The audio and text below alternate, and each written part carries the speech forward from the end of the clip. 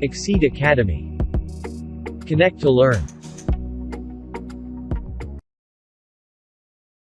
Composition of functions ऐसा process है जिसमें हम दो या दो से ज़्यादा फंक्शंस को आपस में कंबाइन करते हैं।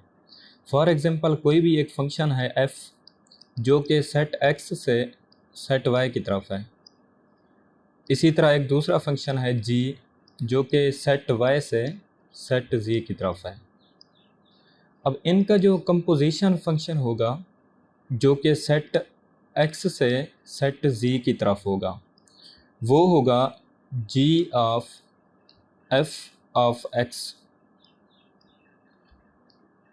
जिसकी डोमेन x होगी यानी सेट x के एलिमेंट्स होंगे और उनकी रेंज सेट z के एलिमेंट्स होंगे। इसे हम इस तरह भी लिख सकते हैं कि g of f of x, या इसे लिख सकते हैं g of f of x, जहाँ पे x की कोई भी वैल्यू हो सकती है जो कि सेट x में होगी। इसमें हम ये करते हैं कि जो फंक्शन f होता है उसे हम फंक्शन g के अंदर पुट करते हैं और इस तरह उन दोनों को सॉल्व करके उनकी वैल्यू फाइंड करते हैं, जो कि एक कंपोजिशन फंक्शन आ जाता है हमारे पास। फॉर एग्जांपल, एक फंक्शन है f of x is equal to 2x plus 3 and दूसरा फंक्शन है g of x is equal to x square. अब जब हम g of f of x को सॉल्व करेंगे, इसमें हम g फंक्शन के अंदर f फंक्शन की वैल्यू पुट करेंगे। मतलब g ऑफ फंक्शन f की जो वैल्यू है 2x प्लस 3, अब g फंक्शन के ऊपर हम f फंक्शन की वैल्यू को पुट करके सॉल्व करेंगे and that will be equal to g of x की वैल्यू जो है वो x स्क्वायर है। अब x स्क्वायर के अंदर हम फंक्शन f की वैल्यू पुट करेंगे तो ये आ जाएगा 2x प्लस 3 इसका स्क्वायर, जो कि हमारे पास कंपोजिशन फंक्शन है। इसके 3 स्टेप्स हैं। फर्स्ट ऑफ ऑल, जो सेट x है उसके अंदर एक वेरिएबल होगा और एक कांस्टेंट होगा जो उसी फंक्शन में से होगा। अब यहाँ पे वेरिएबल x है और कांस्टेंट जो है वो 3 है। सेट y के अंदर यानी नेक्स्ट स्टेप के अंदर x वेरिएबल की जगह फंक्शन की वैल्यू आ जाएगी यानी 2x प्लस 3, और जो कांस्टेंट है इसका स्क्वायर हो जाएगा जो कि 3 का स्क्वायर 9 आता है। इनका इस तरह रिलेशन शो करेंगे। ये सेट x, सेट y और जो सेट z होगा वो हमारा फाइनल फंक्शन जो कि कंपोजिशन के बाद हमें हासिल हुआ है वो आएगा, जो कि इस कंडीशन में 2x प्लस 3 होल का स्क्वायर आ रहा है और इधर 9 का भी स्क्वायर हो जाएगा।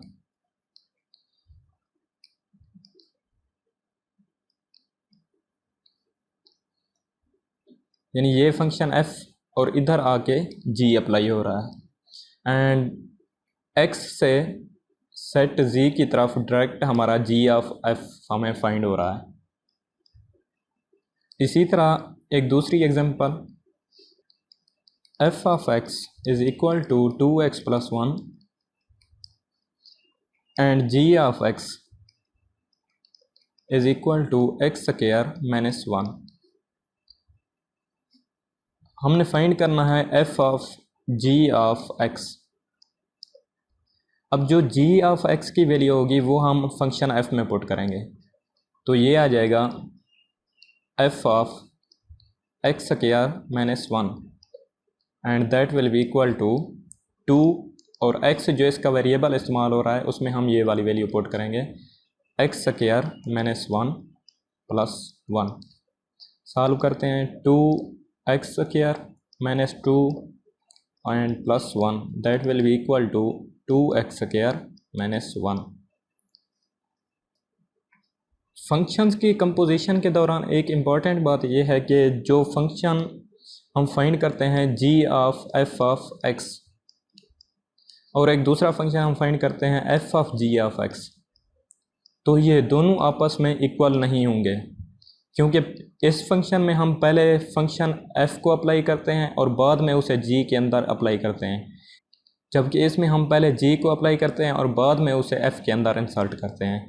तो इन दोनों को अगर किसी हम सेम एग्जांपल से सॉल्व करें तो इन दोनों के आंसर जो आएंगे वो डिफरेंट होंगे, मतलब g of f of x does not equal to f of g of x। इसी तरह दो सेम फंक्शंस को भी हम आपस में कंबाइन कर सकते हैं, यानी एक अगर f ऑफ x का हम आपस में कंबाइन करें f ऑफ x, तो ये इक्वल आता है f स्क्वायर ऑफ x के।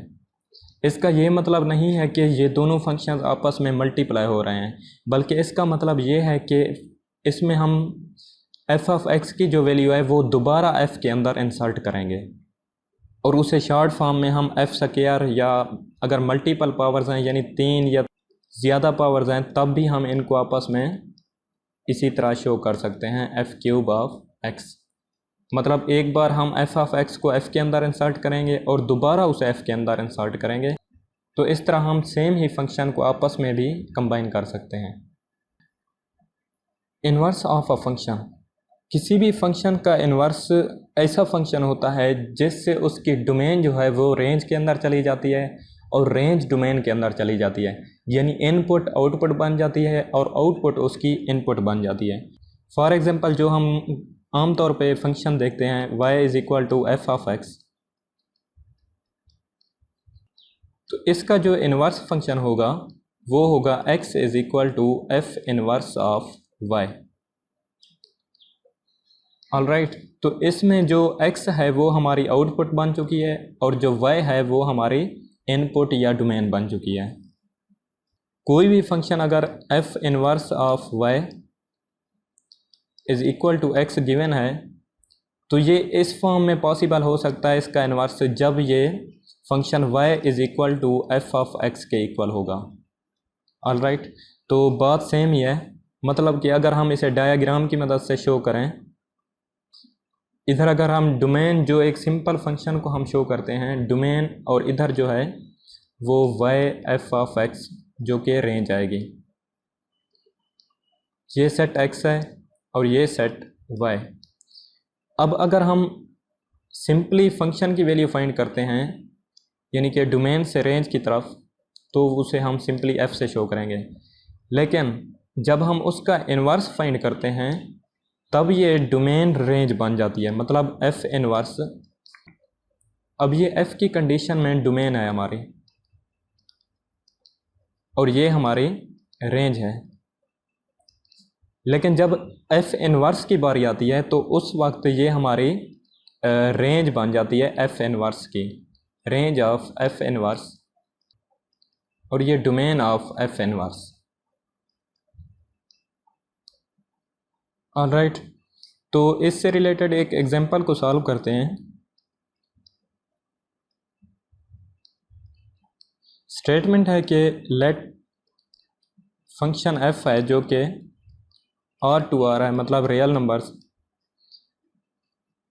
And defined by f of x is equal to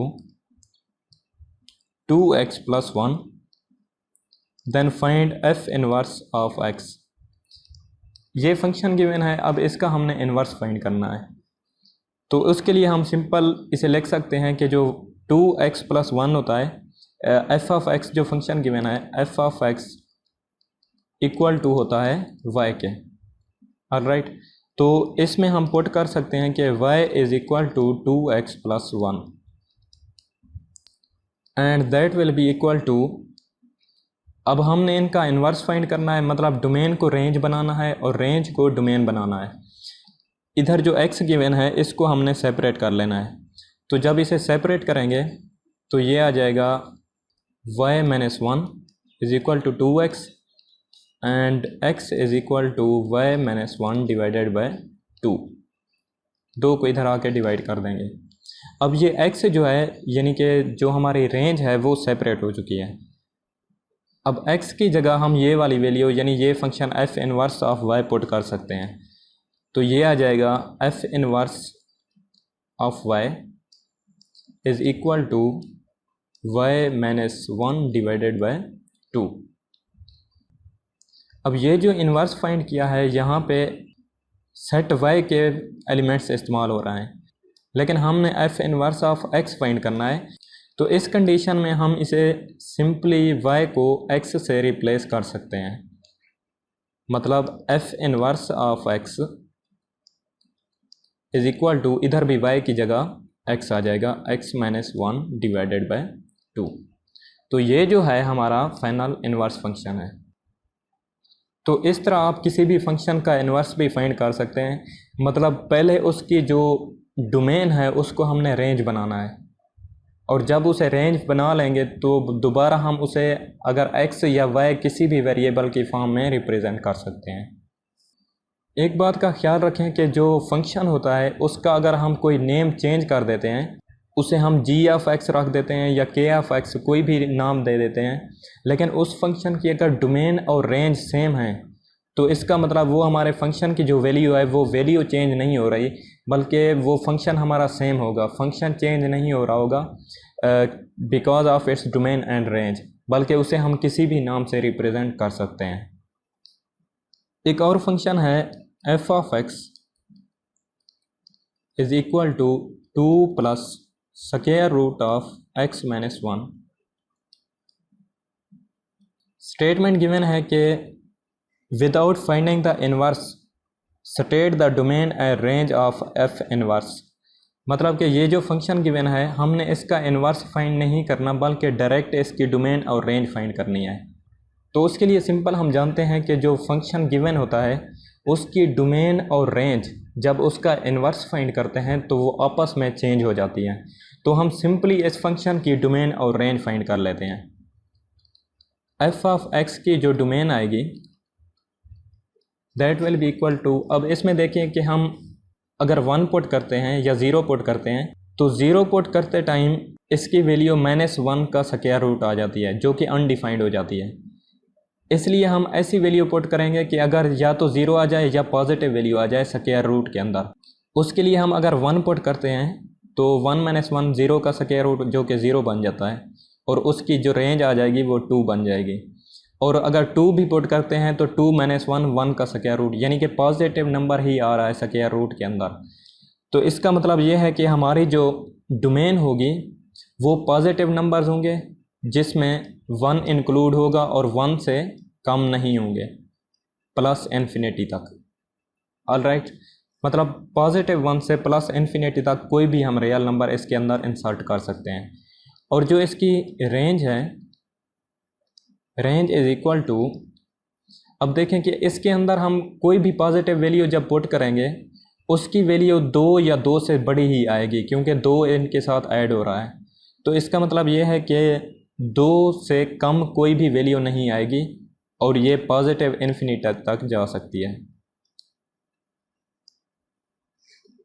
ये हमारी डोमेन और रेंज हैं f ऑफ x की। तो सिंपली जब हम f इन्वर्स ऑफ x की फाइंड करेंगे